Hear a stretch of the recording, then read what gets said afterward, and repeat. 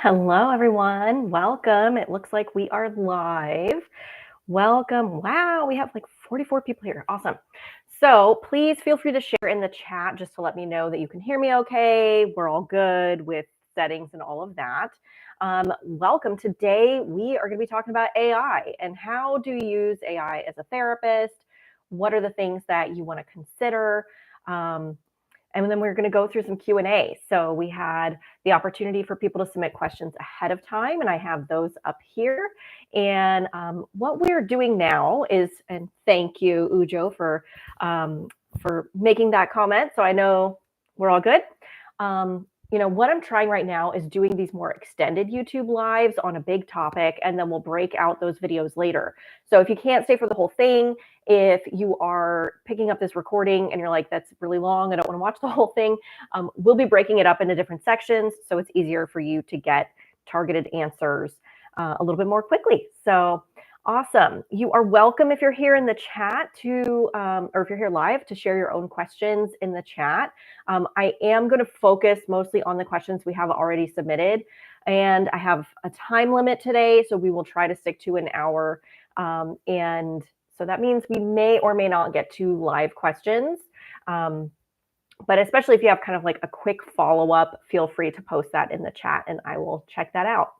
All right, so if you don't know who I am, hi, I am Dr. Maelisa McCaffrey, the founder of QA Prep, author of the book Stress-Free Documentation for Mental Health Therapists, and kind of randomly AI expert now in these progress note generators for therapists.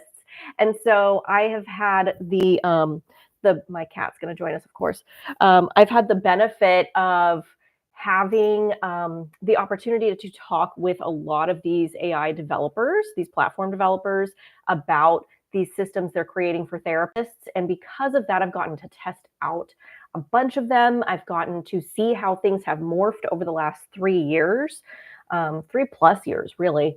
And that's what we're talking about today, is what is happening in 2025 with AI. So if you're watching this in 2027, it's probably completely old and, ignore it and move on to a newer video. All right. So what we're going to talk about today, we do have some specific topics. And what I did was I curated the questions we've already had submitted based on those topics. There were some that came in like in the last 20 minutes or so. Those I will just answer at the end in a free-for-all. But for the most part, if you recognize that your question might land in one of these topics, we'll cover it then. So we're going to talk about changes in AI over the last few years. We're going to talk about ethical and legal concerns when you're using AI for your documentation specifically. We'll talk about how AI platforms work and how to choose the one that is best for you. And then we'll go through a few pros and cons of using AI platforms. And then we'll go through just generic Q&A. And I am going to have to take a little break here and move my cat in the chair that she used, or else she's going to sit there and eat the plant. It is a fake plant, so don't worry, she's fine. But she will destroy it and potentially throw up. So hold on just a second. Come here. Oh.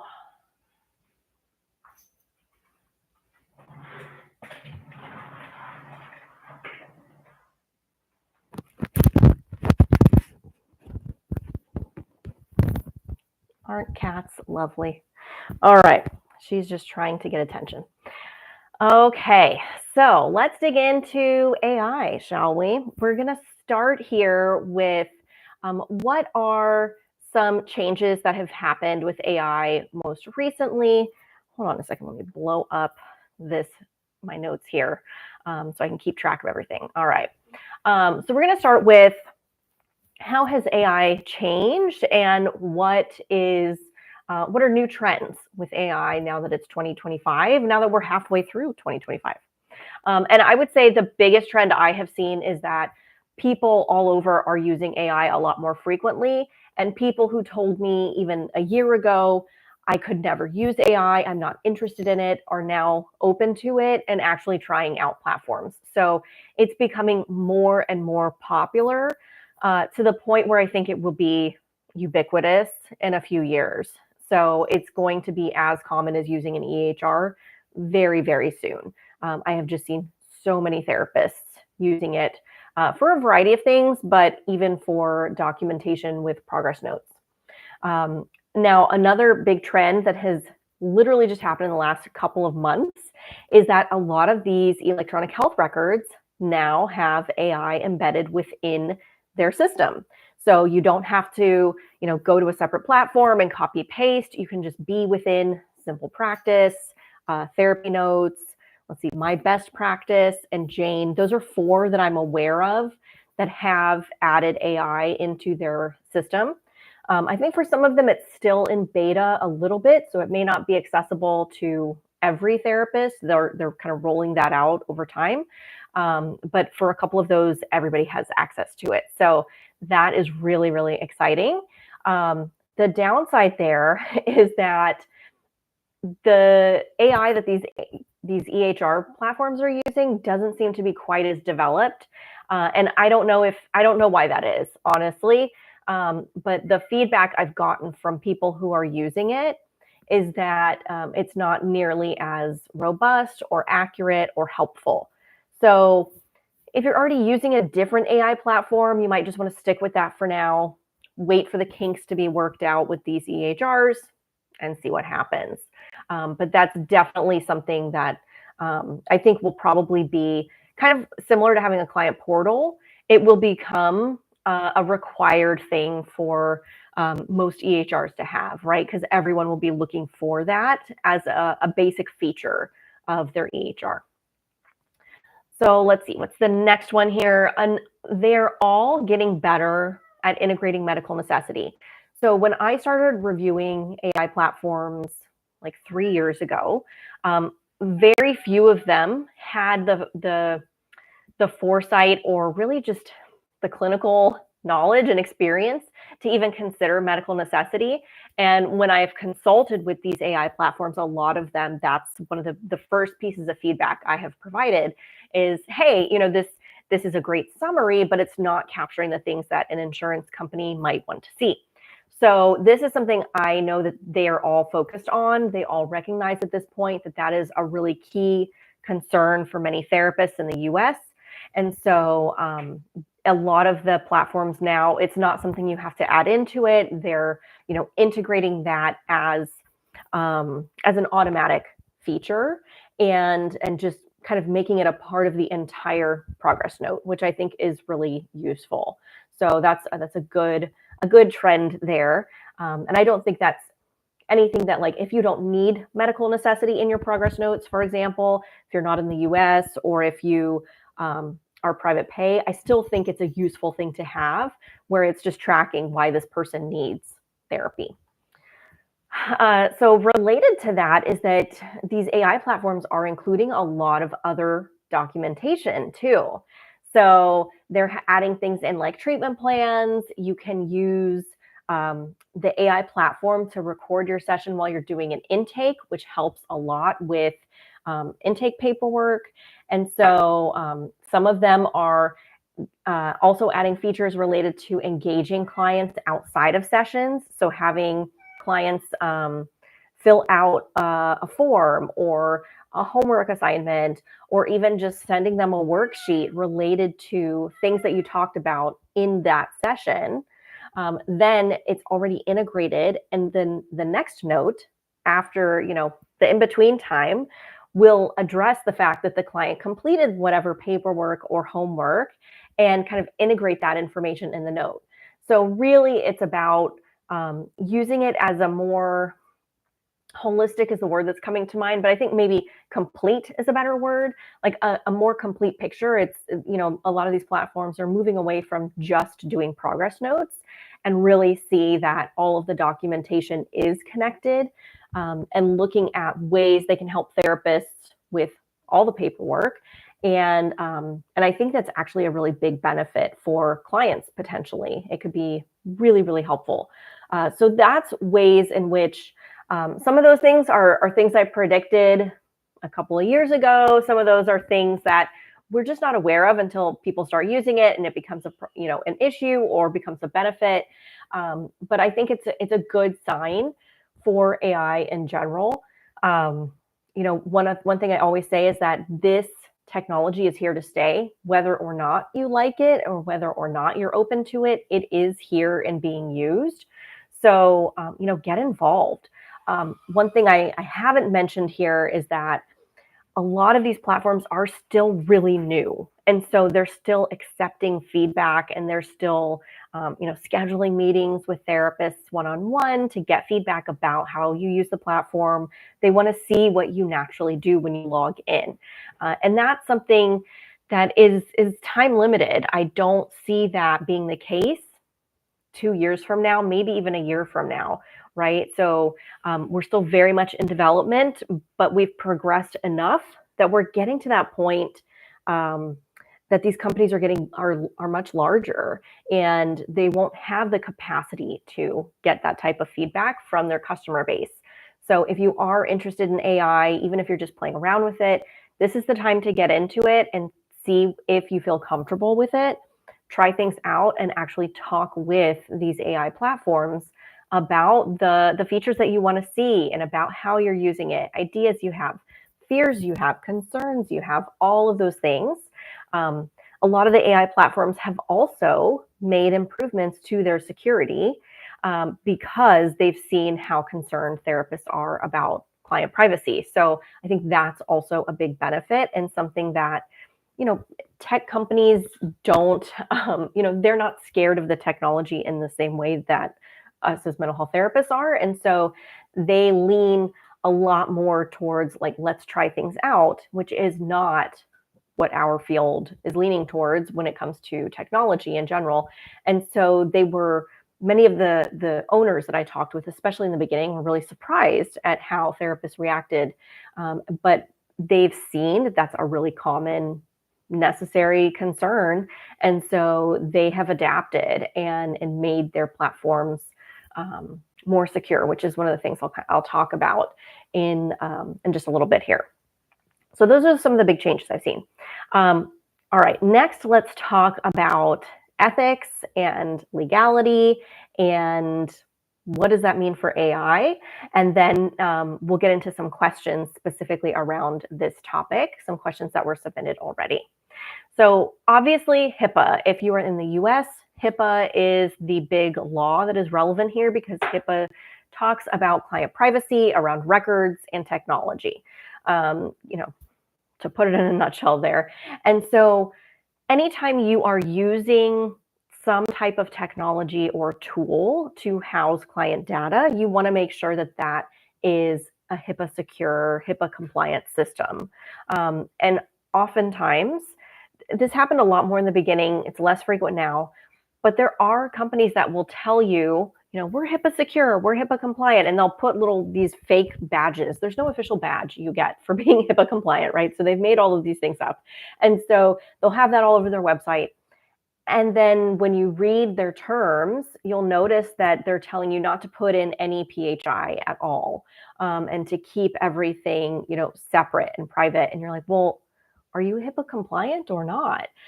Because if it's HIPAA compliant, it should be the same level as your electronic health record, where it's meant to house data that needs special protection. So make sure that it actually is HIPAA secure. And if you have questions, reach out to them, email them, talk with some colleagues, ask in some forums to see what others have to say about it. But don't just trust some seal that you see or some marketing notice. Because especially in the beginning, I saw ones that were really portraying that they were HIPAA compliant that absolutely were not. So that's a big concern of mine. Now, related to that, for being HIPAA compliant means that the platform itself, that technology, is secure and understands that health information needs special protection, right? It's different from other types of data collection. And they are saying, we understand that, we understand the regulations around that, and we are protecting data based on that information. So even if you're not in the US, that is a helpful thing to know, that the client data is being specially protected. But that is what the platform is doing. Then you have to be HIPAA compliant yourself, right? So it's a two-part approach here, using the right secure technology and then doing it in a secure way and in a HIPAA compliant way. So the first way to do that is to download a BAA, a Business Associate Agreement. So you should have one of these with any of your technology platforms that you use to access or to house client data. So especially your EHR is a big one where you would have a BAA. Everyone kind of executes these BAAs different ways. So sometimes they have you sign something. Sometimes they immediately after you sign up have you download a form. Sometimes they just have it in your account somewhere and you have to go and locate it. So you want to make sure that you do have a BAA with every technology platform that you're using for client data. And that would include your AI platform. So when you're also looking at AI platforms and we're thinking about HIPAA, right, there are some questions that you can ask these companies. So even though it's not your job and it's impossible, right, for us to know and understand all the technology related to what keeps this information secure, what you can do is ask some key questions. So ask about how they use and store data. And that's a big part of HIPAA and something that you want to be aware of. So if you are entering client data into this system, how are they using it and how are they storing it? Are they storing it? So, and I will say this is where all of these different platforms are different. Some of them you can be HIPAA compliant or HIPAA secure and store data or not store data. You can do that and de-identify data or not de-identify it. But obviously, based on how the information is kept or not kept, it does increase the level of security. So you want to know what it is that you're getting into.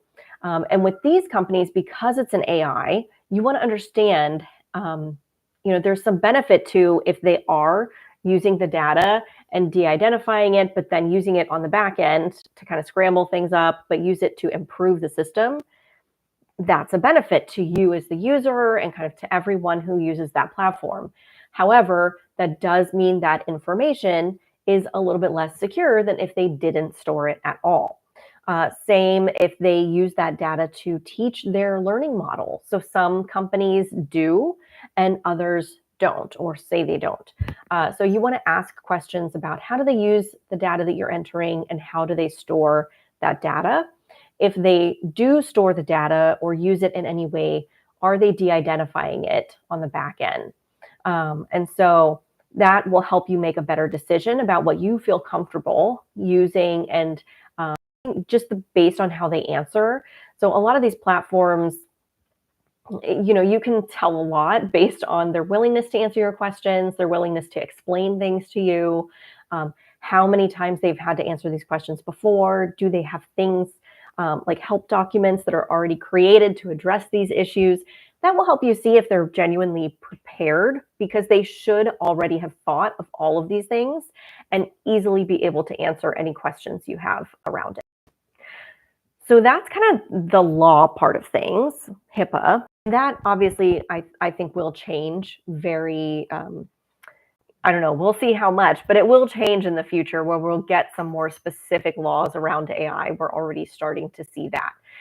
But ethics is another area that we have to think about, right? So regardless of what the laws are, our ethics really guide everything that we do. And at this point, they're fairly loose. So there is one professional association that has specific guidance around using AI, and that's the American Mental Health Counselors Association. And they specifically give some great guidance there, which we will go through. But other than that, the other professional associations haven't released anything yet. They are all working on it. I have seen APA released their proposed changes to the ethics codes, and it said very little about AI, actually. So I was really searching through all of the changes to see what they might have, and it's almost nothing. It will provide almost no guidance for psychologists about AI, at least as the changes were proposed initially and sent out to everybody. So, stay on top of what your professional associations are sharing and if they are giving you guidance. But in general, let's look at AMHCA because they do have a standard, and I think it's one that relates to all of our ethics codes and one that that all of us could follow as a guide for now. And so number one is that you need to have informed consent if you are using AI in any way for client data. So that means if you are not talking to clients about AI, not using it in session, but after the fact, you use it to help with your notes, you need informed consent. You need to talk with your client about it and let them know. So essentially, clients assume that their data is being put into some kind of electronic record system or that you have records. And that's something, that you would want to disclose to people. I keep mental health records. I have to write progress notes, and those will be available to you in this platform.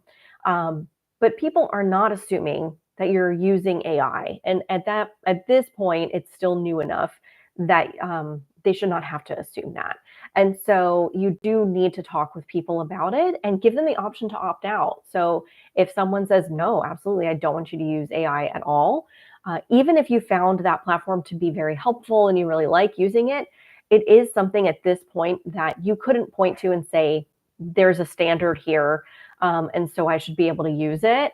Any ethics code, any state board is going to say, no, this is a client issue, a client privacy issue. They have the right to opt out of that. This is not a standard you can point to. Even though it's better for you, boards are concerned about what's best for the client. And so that's always your default there is what is best for my client. So you would have to then stop using AI for that one client if you had 1 out of 10 who said, no, I don't want you to use AI for my data. The other thing is that you really need to use a secure system. So you cannot use ChatGPT. And I will answer this question again because I know people will come in and out, and it is that important that I will repeat it maybe 3 times during this whole talk here. Do not use ChatGPT or any other system that that you are using at all for AI in any way with client data. Never, unless you have a BAA with them, unless you know it is a HIPAA secure system, and unless you have consent from your clients. Those 2 things both have to be true. It needs to be a HIPAA secure platform that you have, confirmed that and have gotten a BAA with them, and you need to have asked your clients ahead of time before you start using it. Both of those must be true. If you are using ChatGPT right now and it's behind the scenes and you haven't done either of the things, that's okay. Just stop doing it. But it is very clear.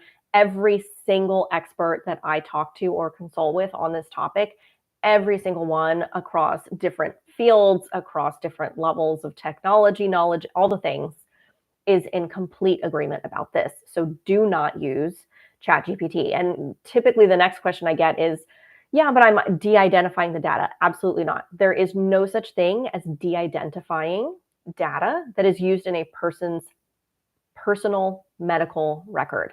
Those 2 cannot be true. You cannot have a generic piece of information that says nothing about this person and then say that that is an individual progress note or a treatment plan or something like that. It's just impossible.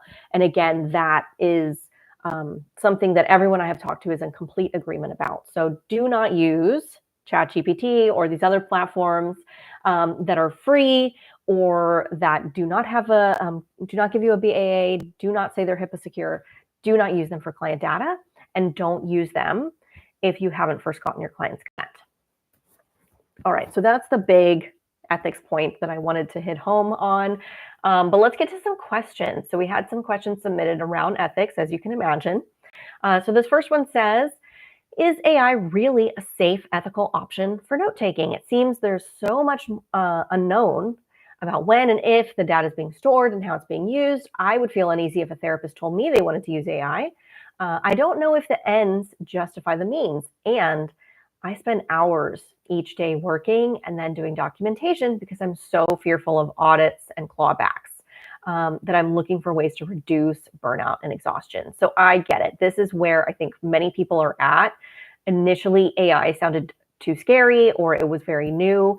And yet now they're seeing it used more frequently and looking at themselves getting close to burnout and feeling frustrated with documentation and saying, maybe I will try it. But those same concerns they had are still there.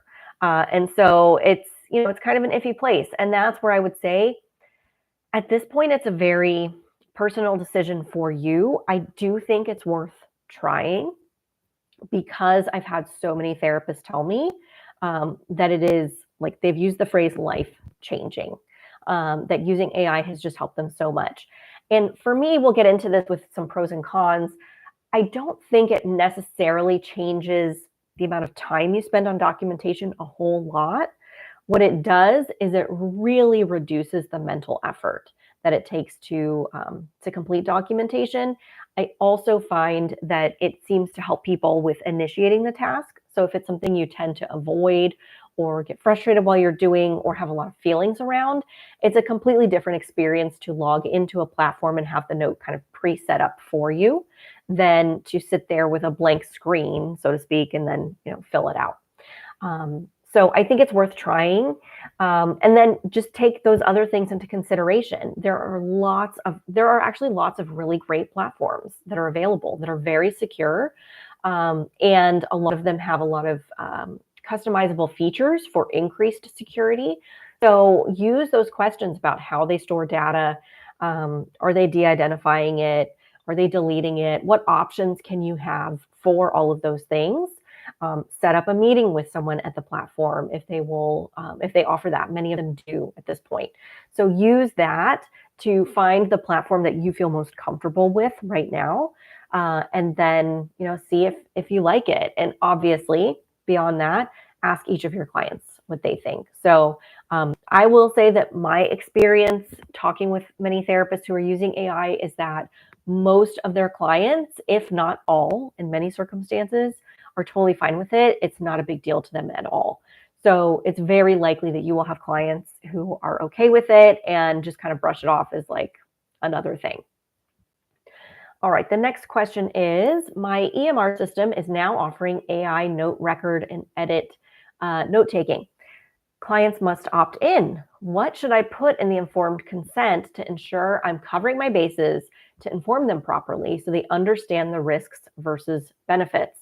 I want them to know what they are saying yes to, but I also don't know fully if the recordings are kept. So that's a big thing, is any of those questions that you have, first ask your EMR or your EHR, ask whatever platform you're using and get your questions answered. And then, what is the worst case scenario here is that you do create some informed consent and I would say there is guidance from all of our ethics codes about when we use something new, we should have informed consent. So I do think that we are all guided to get informed consent. Beyond that, it doesn't mean that it has to be a form. It doesn't mean it has to be signed. I do think you should document having this conversation with people, but let yourself off the hook from needing to create some perfect form. And even with all of these changes that are rapidly happening, your form, if it gets really specific, might not cover everything in a year or two. And that would be a lot to try and keep up on. So I think that actually just having a conversation with people and documenting that conversation is probably more effective and more useful. However, most of the AI platforms do have consent forms that you can easily locate and download and use as a template. So I would start there, see what baseline they have. Whatever questions you have, ask that company.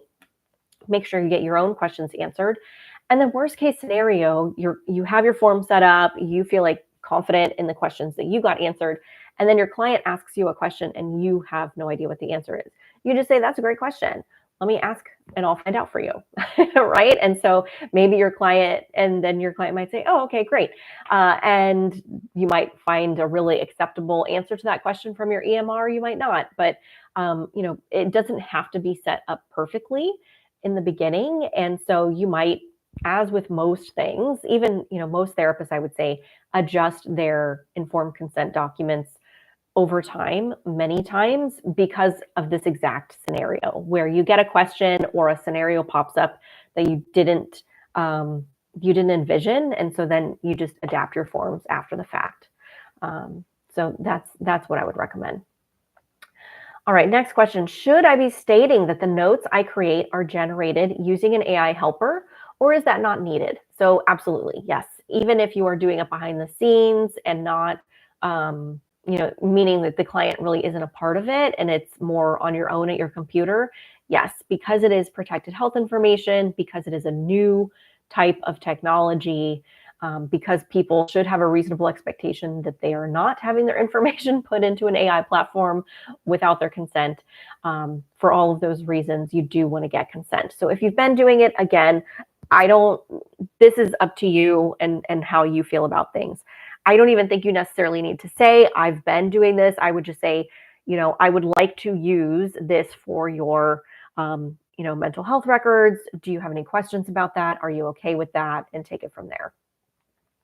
Then the next question, do therapists need informed consent to make AI notes if there is no identifying info? I'm thinking the specifics could be added later. And so I purposely put this one in there, even though I already answered this question, because I want to highlight this point multiple times today, which is that you cannot de-identify client information. So you can't use AI and write a specific progress note, to write a treatment plan for a person and say that it's de-identified. So yes, you absolutely would need informed consent. What you could do is, let's say you see quite a few clients who have PTSD or who have complex trauma. And so you could use any AI platform, really. It doesn't have to be HIPAA secure, to say, I'm trying to create a template with this information for clients who have complex trauma.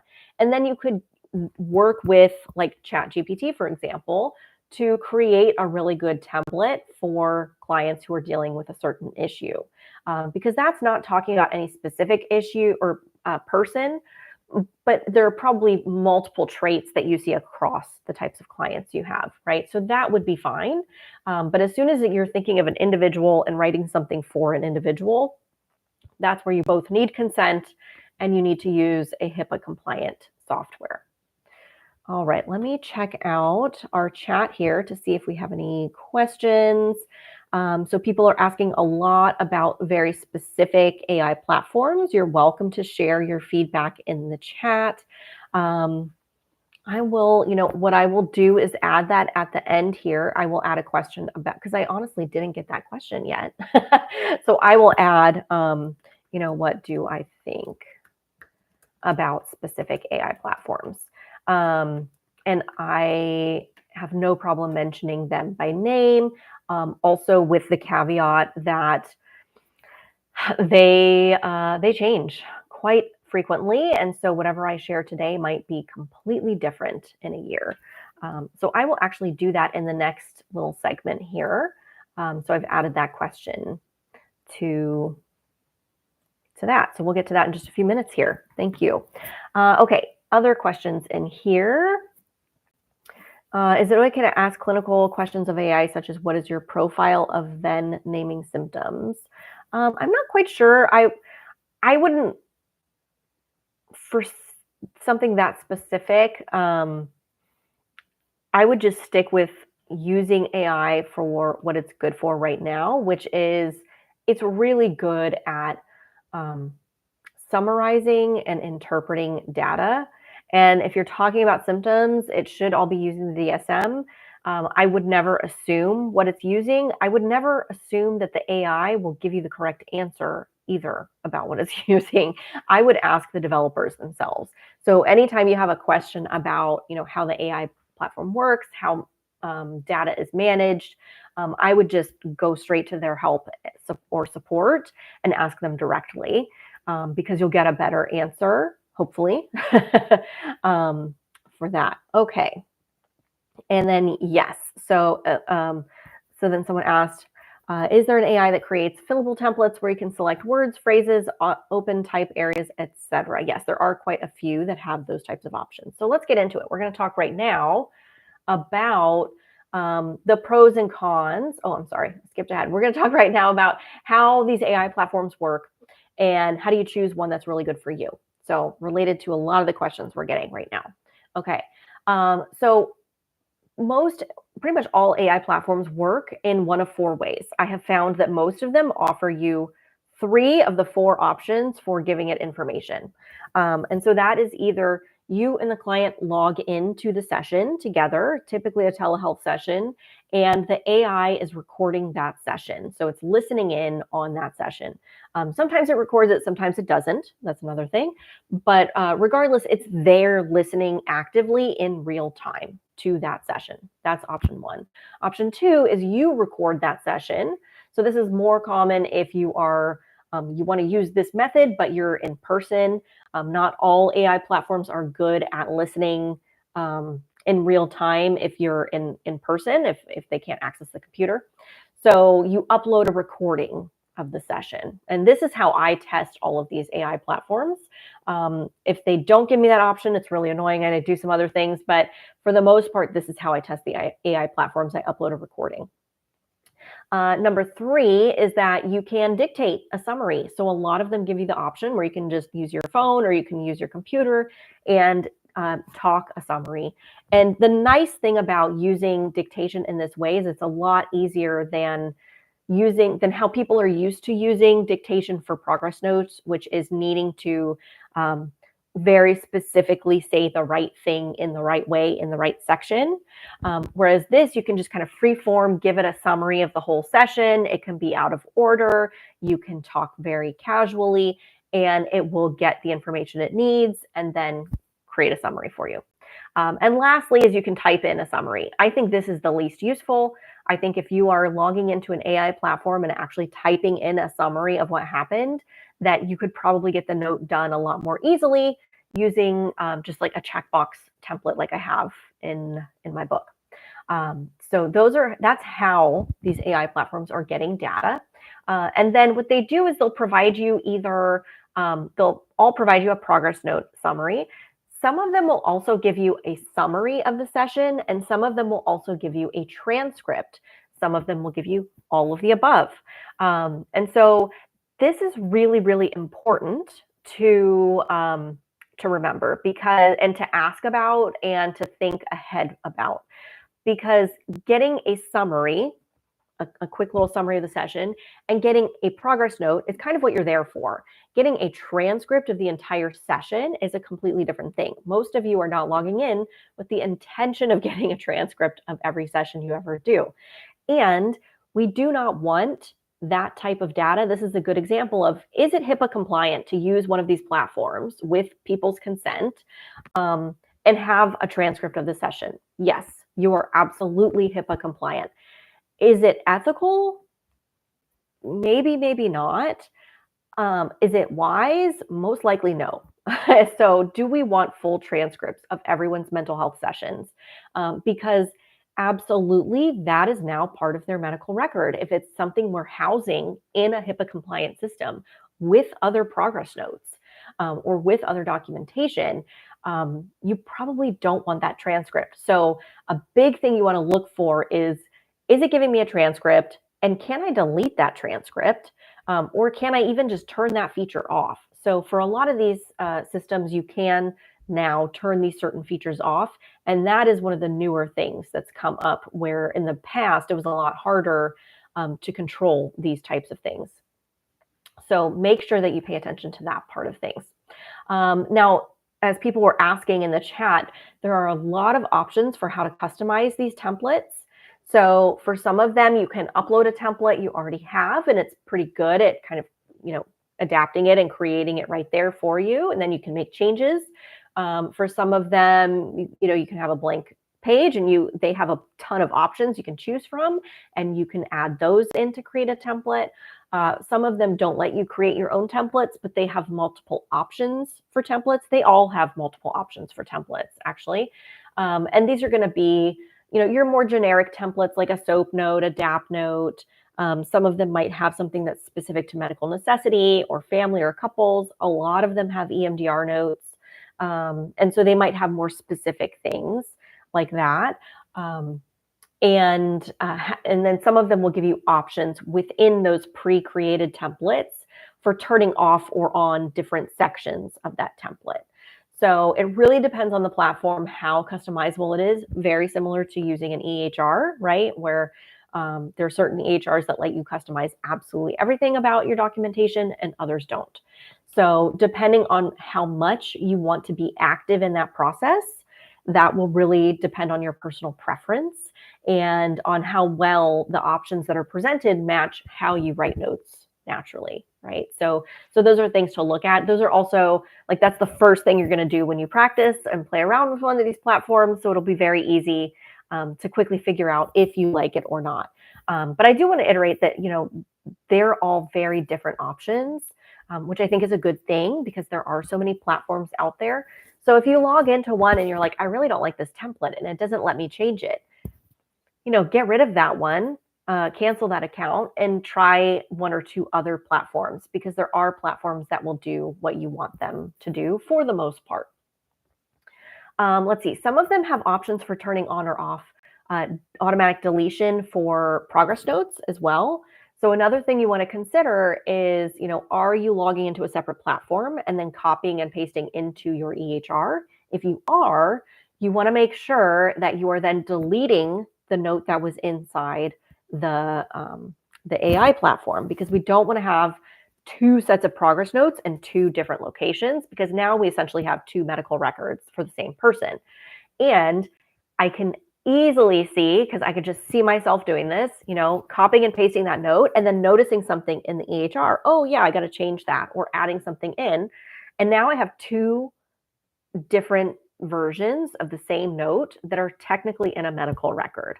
And so these are the types of things we want to think ahead about, and that I can warn you about now that this has become a thing. And so that you can plan to either just automatically delete things or have a process for yourself so that it becomes a habit where I copy paste over. Once I've confirmed it's in the EHR, I delete immediately. Or every Friday afternoon, I go in and delete everything from the AI platform.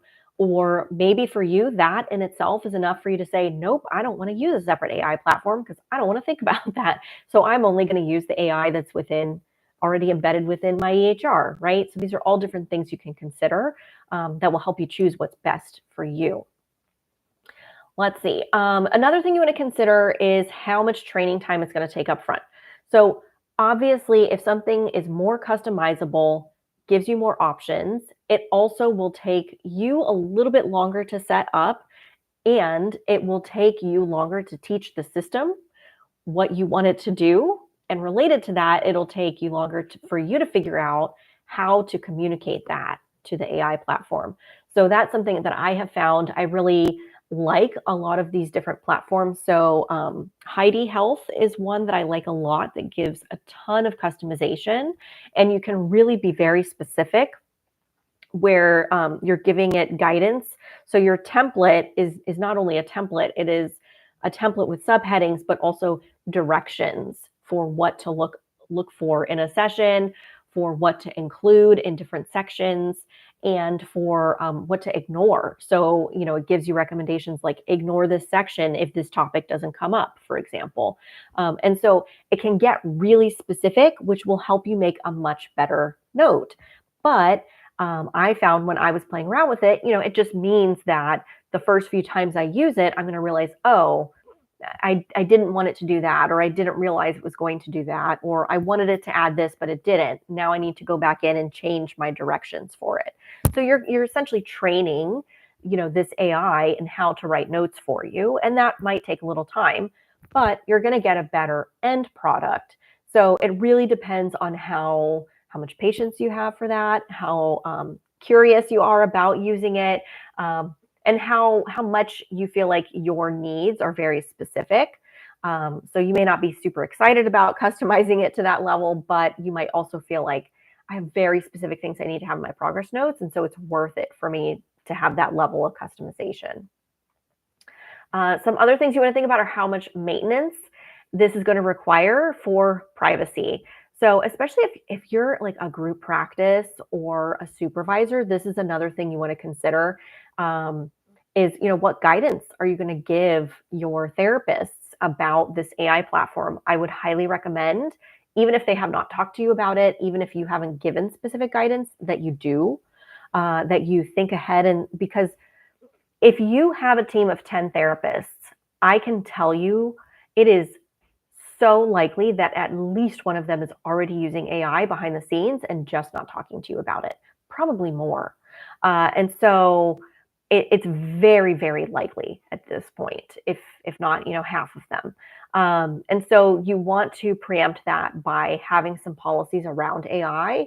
And essentially that means doing some research on your end and having recommendations for what they use, having guidance around how they use it, so that you don't end up with this scenario where you find out because someone, a client knows about the clinician using AI, that now we have this whole other separate record and things get super messy around management of that. So you want to make sure that you're managing client privacy really well. All right, let's get into some specific questions about using these AI platforms and how to pick the right one. So the first question was, could AI help the client with filling out routine paperwork in a confidential manner? This is actually a feature I have not yet seen, and I would not be surprised if it is in practice within one of these platforms.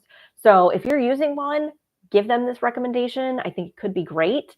And that's also something that then you would probably need to talk with people. I would say not even probably. You absolutely would need to talk with potential clients about before you give them paperwork to complete, right? So a lot of people like having these AI features that fill things out more for them.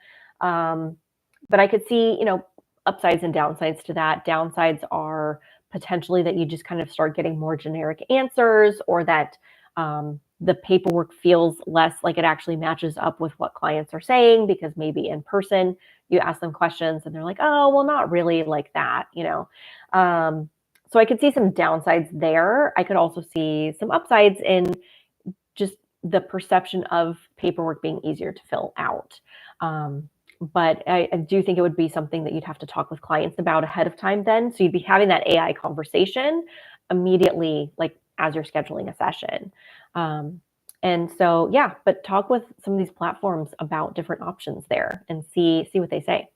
The next question is, some AI scribes will also write a treatment plan for you. Is it ethical and clinically appropriate to use this feature?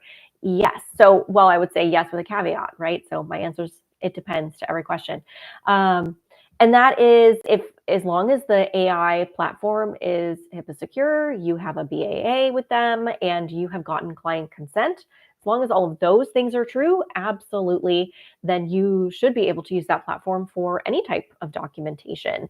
And ideally, my vision is that the more we use it for these different types of documentation and not just progress notes, the more useful it will be. And the more we're able to use it over time, it would be awesome if these AI platforms could, for example, track progress for you. Something I've been training on for over a decade is how to write a progress statement and how to make sure that we connect every individual session to treatment goals in the treatment plan. And if you could have your AI, to me, that's like one awesome feature that AI could easily do, is connect those dots for you, and then also give you feedback over time on how that's working, right? Or if you have ignored a goal for many weeks or months or something like that, or if there's something that, be awesome to use AI for a records review, more like a clinical audit, where it can pick up different things you've tried that maybe haven't been as effective, or where it can pick up things like topics that kind of fell by the wayside that you haven't revisited. I could see it being extremely useful for all of these things. But as long as all of those things are true and you're using it, you're already using it ethically, then you should be able to use any of the features inside it ethically for the most part. All right, so then I added this last question. What do I think about specific AI platforms? So I already told you about Heidi Health, which I will say is my favorite right now. Again, these things change, but I feel very comfortable using it, and it feels very natural to me. It was started by a clinician, so someone who's a surgeon who's from Australia, and to me, it's very evident that it was a clinician who had a really active hand in creating it rather than a tech person when I log in. And so Heidi Health, Heidi, like the name Heidi, Health, I think it's great. It's also extremely robust. It's a large platform. And I think because it's a surgeon that started it, they are serving all kinds of different healthcare professionals. And it seems like a great platform. And I will always give you the caveat right now, because I've seen this with EHRs where as different EHRs started, they were great at different points in time. And then now I might have a very different view of certain EHRs than I did 5 years ago or 10 years ago. So that's why I always give that caveat, because I just can't imagine that won't also happen with these AI platforms. So Heidi Health is one. I will say things that I hear really good things about from other clinicians. So somebody mentioned Mentalic. I've heard of quite a few other people that really like that. That one is a little less customizable, and I think maybe that's what people like about it. You just log in and kind of don't have to think as much. You just do it. And so there's some benefit there. Let's see. Blueprint is one that I hear a lot of people like. People will reach out to me and say, they want me to do a review of it, and I just haven't been doing the individual reviews recently. But I get a lot of feedback that people very much enjoy that platform. Quill, so like writing, like a writing quill.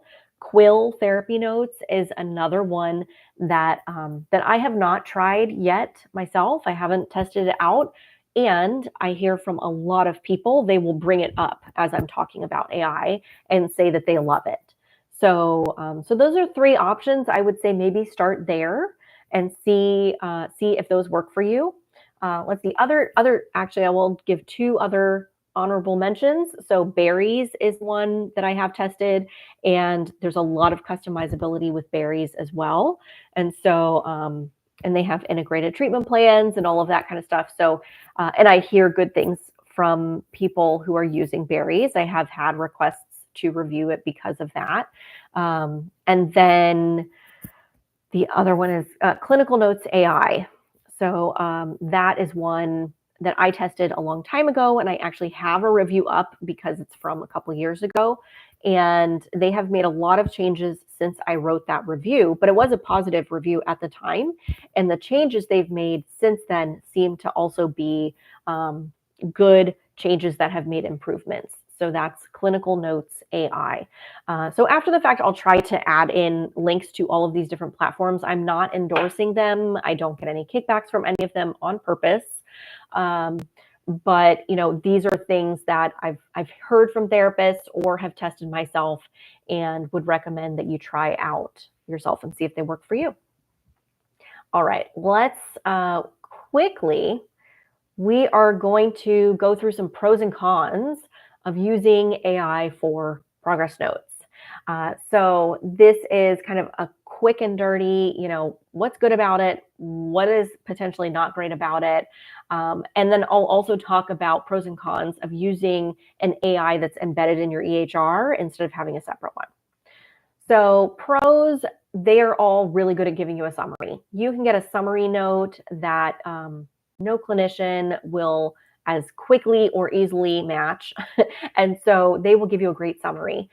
It will, they also, I think, could be very helpful for supervision. So if you are, or whether that's through consultation type of supervision or licensing supervision, I think if somebody is struggling with a case, this is a great way to get real data about the session. So if you had someone, the clinician that you're supervising or consulting about, if they used AI for writing their note, and especially if they used AI that gave a transcript. So if they either uploaded a recording or if they used AI in the moment to listen in on the session, then you're no longer needing to rely on the clinician's report and interpretation of what's happening, and instead can look at what actually happened and use that transcript to then inform decisions. So I could see that being both useful, more useful for supervision, but I could even see that being useful for self-supervision, right? For being able to go back and read a transcript of your own sessions. I wouldn't recommend doing that all the time because that's going to be extremely time consuming. But when you're really struggling with a case, this is where I think it could be uniquely helpful to have an AI summary and interpretation of sessions. Let's see, AI is also really good at diagnosing. In general, I have found that to be true across these platforms, where some of them will lean a little more towards diagnosing when there isn't really information enough to provide a diagnosis. But that's something that most of them have corrected at this point, and that you could also include directions in your prompts to make sure you correct that information. So, they are very good at, they're not assigning a diagnosis, but they often are giving suggestions for a diagnosis, and that can be useful.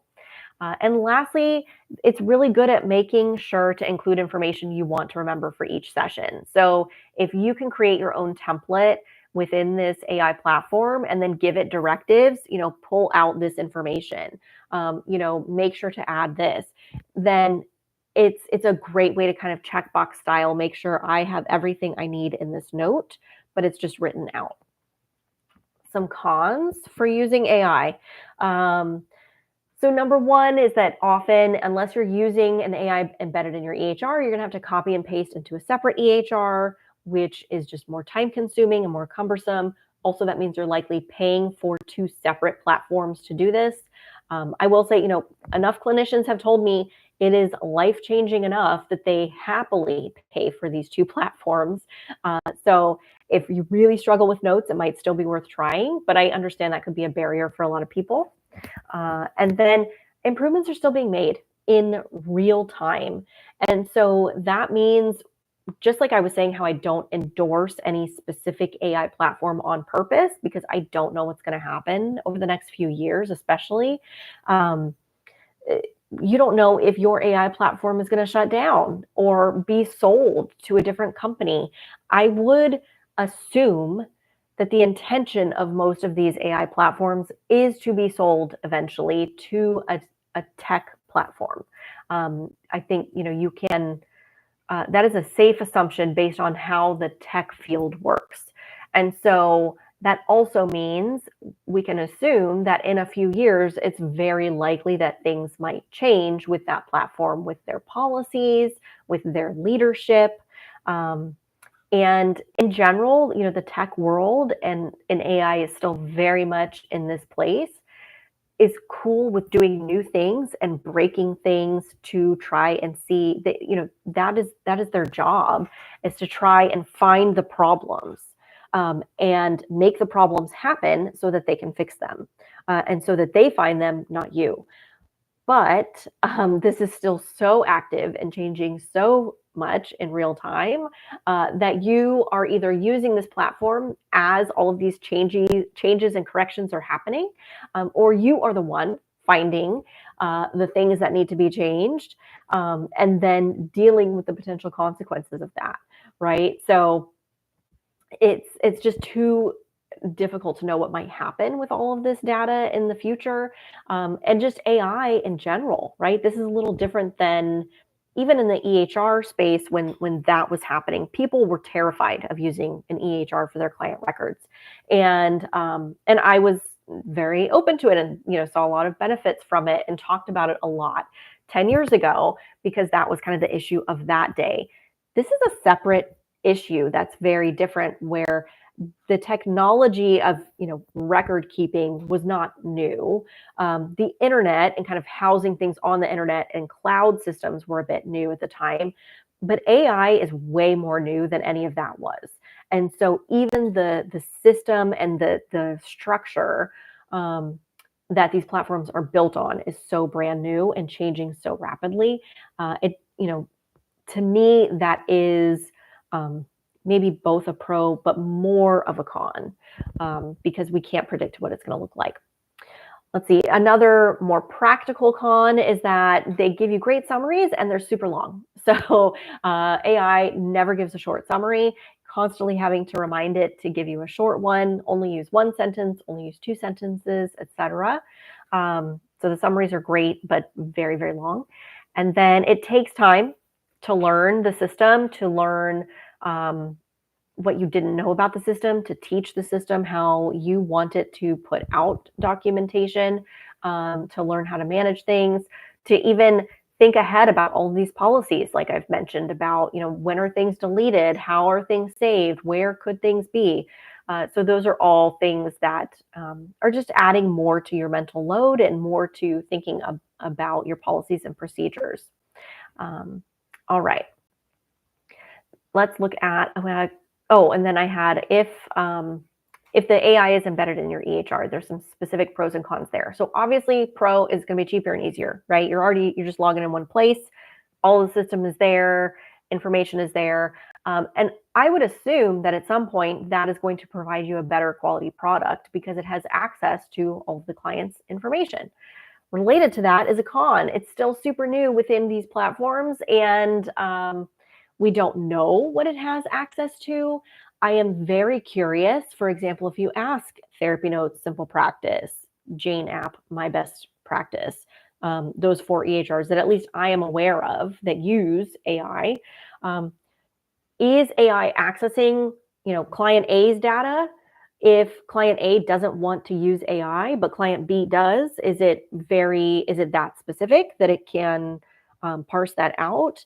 Is it, and then if I did have all of my clients say yes to using AI, could I potentially benefit from that in that AI could learn from how I work with multiple clients and then make further recommendations or learn more about the language I use and the interventions I use, etc.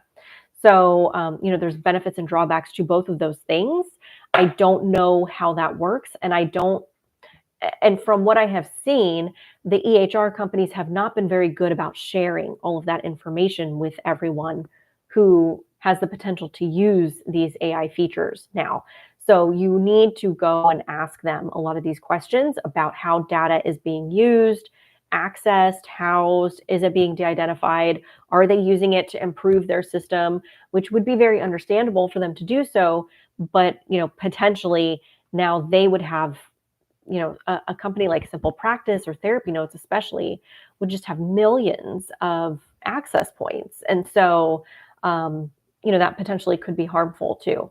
So what are they doing? Can they answer these questions? I have not seen great answers from them yet.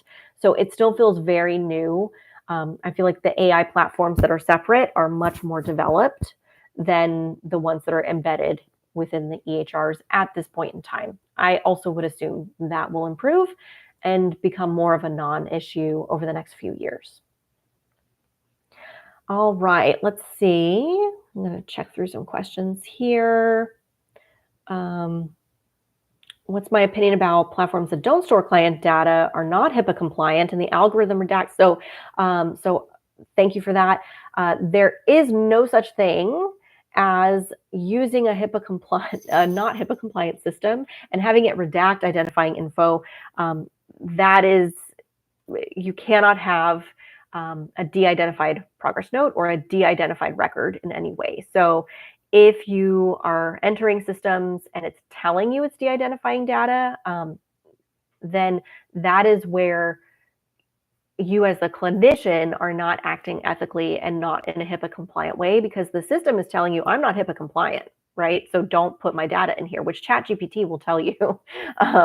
And so if you choose to do that, that's you as the clinician choosing to act in a non-HIPAA compliant way, and unethical. So I would say not to do it. I've talked with so many clinicians who have done that. So this is not to shame you and make you freak out.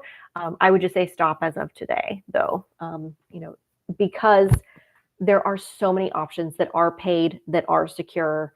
You can try them all out for free too. So there is no reason to ever enter personal data from clients into ChatGPT or into any system that's not HIPAA compliant. There's just so many options that are good. All right, so let's go through some more specific questions about using AI for documentation, and then we will finish up here. So question 1 is, I've always heard that once something is on the internet, it's always on the internet. Thus, if AI is recording a session, even if it deletes the recording after generating a note, does it really delete the recording? Honestly, I don't know. So I do not know the answer to this. I will say, I will tell you where you can go to get a better answer, and then I will also give you some of my potential concerns. So Person-Centered Tech is a company that specializes in helping therapists with technology, things like HIPAA. They have a wonderful resource. You can join their membership, and actually, they have, I think, weekly, if more than monthly, office hours where you can join just like this and ask them a specific question, and you can submit questions ahead of time and see the recordings.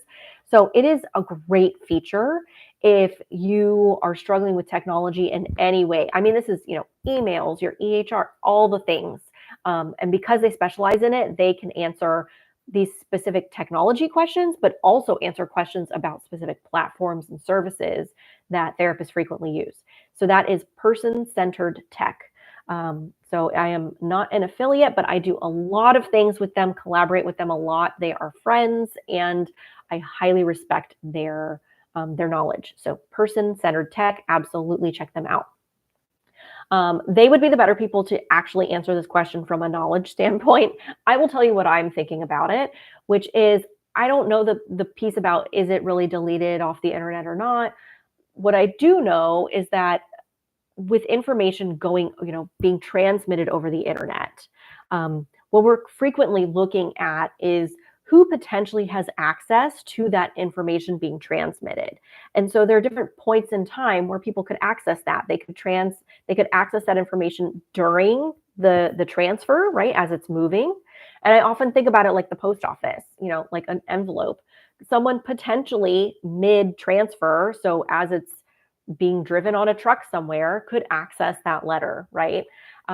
The other point is, at point A and point B, where we start and where the information finishes. So if other people on my network, for example, because I'm on my Wi-Fi right now, so if someone else is able to access my Wi-Fi either with or without my knowledge, that's a way they could access the information that's on my computer or that's on my network. Same thing for where that information goes, right? So I can control things on my end a lot of the time. Sometimes you might not be able to control what happens at point B. So those are the things, at least, that I'm thinking of, and that those are things specifically that HIPAA is written to cover. And so these are things that these platforms are supposed to be considering and giving you warnings about. There are also things that even the platform itself could be HIPAA compliant, but then if you are doing other things, right? So if the platform can be HIPAA compliant, but if you are on your hotel Wi-Fi and it's not secured and you're not using a VPN and other people can access that Wi-Fi network really easily, then sure, someone else potentially could see what's happening, hear what's happening, record that session. So when someone says, if something's on the internet, it's always on the internet, I think that might be what they're thinking, in that it's, sometimes more easily accessible than we would like to think it is, and potentially that's where it could stay. Let's see. Next question is, what additional considerations are necessary to be able to fully protect a minor's privacy and confidentiality? I'm thinking of parents who may want to access the file or request access to transcripts of sessions. Yeah, so really it's not going to change much at all around minors and access to records. So you would follow whatever provisions are related to your EHR. So that varies by state. In certain states, minors don't have the right to refuse their parents access to records until they're 18. In other states, they do have the right to do so at very young ages. In other states, you as the clinician cannot give the parents access to the records once a minor is at a certain age, and sometimes that's as young as 12. So it varies greatly, but you would follow whatever rules are based on records and access to records related to minors in your state. And so what you would want to consider, yes, with the transcripts, you're thinking of the right thing here. This is the extra concern that AI adds in. So if you are using a platform that gives you a transcript, delete those transcripts. I would say that for everyone, regardless. There's just very few circumstances in which it would be helpful for someone's full transcript of every mental health session, therapy session, to be a benefit to them. So I talked about like the supervision examples where maybe that could be useful. But even then, I would delete it after you either review something for a client where you're struggling with that session or wanted to look back on something, or if you work with a supervisor or a supervisee and read the transcript, I would still delete it after you have used it. And if you're working with minors or with adult clients and you're not actively using the transcript, delete it. I would default to just deleting those all the time so that they're not accessible. All right. We'll go through a couple more questions and then we'll finish up here. So many of my clients have talked in sessions about their fears about AI in our world. If I start to think about using AI for progress notes, I stop quickly, thinking that even asking for clients' consent to use it could damage their trust and sense of safety with me. What advice do you have? Absolutely. I think you do this on a client by client basis. It doesn't mean you can't use it for any clients, but if you have talked with someone who seems really scared about it and has mentioned concern, you're right. I probably wouldn't present that as an option to that particular client. But if you have other clients who haven't mentioned it or who have mentioned it and kind of mentioned, they don't feel any certain way about it or it's not that big a deal, then you might bring it up with those people. So I think with all of us, we should expect that you can probably use AI with some clients and likely not with all. Although I have seen, like I said, many clinicians tell me all of their clients were totally fine with it. It was no big deal. And they use it for 100% of their clients. So I would say use it, even if you could use it for half of your clients and you find it to be beneficial, then that might be a useful thing. And the last question here, if I remove personal identifiers in the D of DAP, so that's a DAP note template, which is data assessment plan, and then allow ChatGPT to create the assessment and plan, is that okay? And I would reiterate, no, you cannot de-identify a personal progress note. So I will stand by that. And like I said, I have consulted with other clinicians who are experts. I've consulted with tech experts. I've consulted with attorneys. Everyone is completely in 100% agreement. You cannot de-identify information for individual records, meaning that you cannot say, well, I'm just not going to add that client's name. And I should mention actually, so HIPAA specifically says what identifiers are, right? So when it says, when we talk about de-identifying things, we're kind of using that definition at this point in time. And they have 18 identifiers, which are 18 factors or things that say this piece of information, could be enough to identify a person. So that's things like name, birthday, social security number, insurance policy number. There's 18 of them. I don't know them all off the top of my head, right? But number 18, the last one is, and any other unique or identifying characteristic, which is purposefully vague because they do not want us to do exactly this thing, right? We do not want to use de-identifying as an excuse to leave people's data accessible and potentially identifiable. And so I've also talked with people who have been concerned about re-identifying. And so, thinking about how once there are enough data points, even if you haven't put name, location, age, all of those things, once there are enough data points, AI should actually be able to re-identify people or kind of figure that out. That's the purpose of AI, is to learn about these things and make those connections. So we really don't want to ever put, I should say it this way, you don't ever want to put information about a client's session or about interaction with a particular client into any AI platform that is not HIPAA secure. So make sure that most likely that means you're paying for it, but some of them do have free options or give you like 5 free notes a month or whatever. So that's not a hard and fast rule, but it does mean, number one, you need to have that BAA with them as a baseline. And then number two, you need to have talked with the client and gotten their consent as well. So never enter any session data at all about any individual people into a platform that's not HIPAA compliant. All right, let's see. I was just checking out the chat. I think we have covered most of our questions here. I did have a couple of others that were added in, and I wanted to see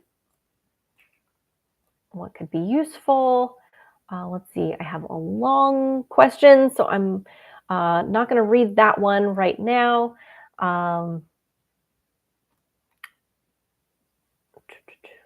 With there being so many AI note systems now, which do I feel is actually the most efficient and worth the investment? And I give you the same answer I give everyone about EHRs. I have a few that I like. I gave you some here in this live stream. Heidi Health, Clinical Notes AI, Quill Therapy Notes, Blueprint, and there was another one I gave at some point. Mentalic, some people have found that they really like that one too. But really, as far as is it worth the investment, is going to be based on which one you like the most and what fits for you. And that's going to be very different based on how comfortable you are with technology, how much customizability you want, what the pricing structure is, because they all have different pricing structures, how many clients you have. The way in which it gets information, right? So if you do a lot of telehealth and want to be able to use the telehealth platform that the AI system has so that it can just listen in, that's very different from someone who plans to, transcribe or dictate their note after the fact. Not all of them offer dictation, so all of those factors will be things to consider.